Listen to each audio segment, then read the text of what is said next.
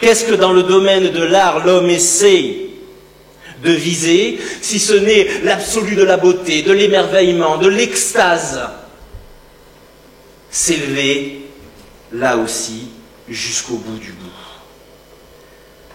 Bref, l'homme cherche l'absolu. Pourquoi? La réponse, nous la trouvons dans ce texte que nous avons déjà lu. Puis, Dieu dit, « Faisons l'homme à notre image, selon notre ressemblance, et qu'il domine sur les poissons de la mer, sur les oiseaux du ciel, sur toute la terre et sur tous les reptiles qui rampent sur la terre. » Nous sommes faits à l'image de Dieu. Aussi est-il logique de trouver en nous un écho à l'éternité, à l'infini, qu'est Dieu. Cet écho, c'est cette quête d'absolu. Remarquez comme Dieu sait notre fonctionnement. Non seulement il nous dit que nous sommes image de ce que lui-même est, il nous laisse ne serait-ce qu'intellectuellement deviner le besoin d'absolu qui se trouve en chacun de nous, mais il va surtout nous donner la possibilité d'atteindre cet absolu. C'est là qu'il soumet l'ensemble de l'ordre de la création à la domination humaine. Tout ce que Dieu a créé est soumis à la domination humaine. Non pas pour que l'homme domine, comme souvent il l'a fait, c'est vrai, guidé par son péché, de façon utilisatrice, dominante, despotique, destructrice, mais pour qu'il domine, comprenons, dans le sens de l'assouvissement de son besoin d'absolu, pour que par l'exploitation de ses ressources physiques, l'exploitation de ses ressources mentales, l'exploitation de ses ressources artistiques, il puisse indiquer son origine divine, sa filialité divine. Mais si nous en restions là, il manquerait, je le crois, un échelon important dans cette quête d'absolu. Un étage fondement. N'oublions pas notre question. Pourquoi s'engager? Nous y avons répondu. Parce que nous avons besoin d'absolu. Si nous utilisons les domaines physiques, intellectuels et esthétiques ou artistiques pour viser cette noble quête, cette quête ontologique, nous risquons d'être déçus.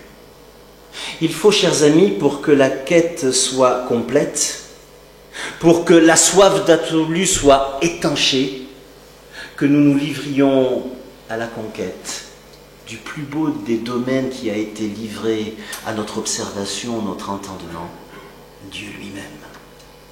Et je dirais, et j'en termine pour cette première partie, si nous voulons nous engager, c'est tout simplement pour nous réaliser.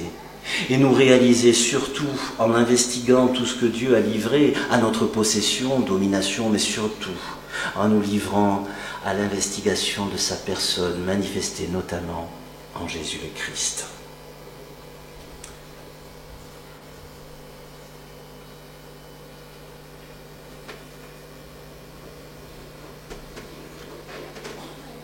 C'est un culte liturgique, donc cette fois-ci j'invite toute l'Assemblée à chanter ensemble « Nous voguons vers un beau rivage », ce chant d'espérance qui nous dit dans le refrain « Viens avec nous, la voile est prête, frère, viens, que rien ne t'arrête.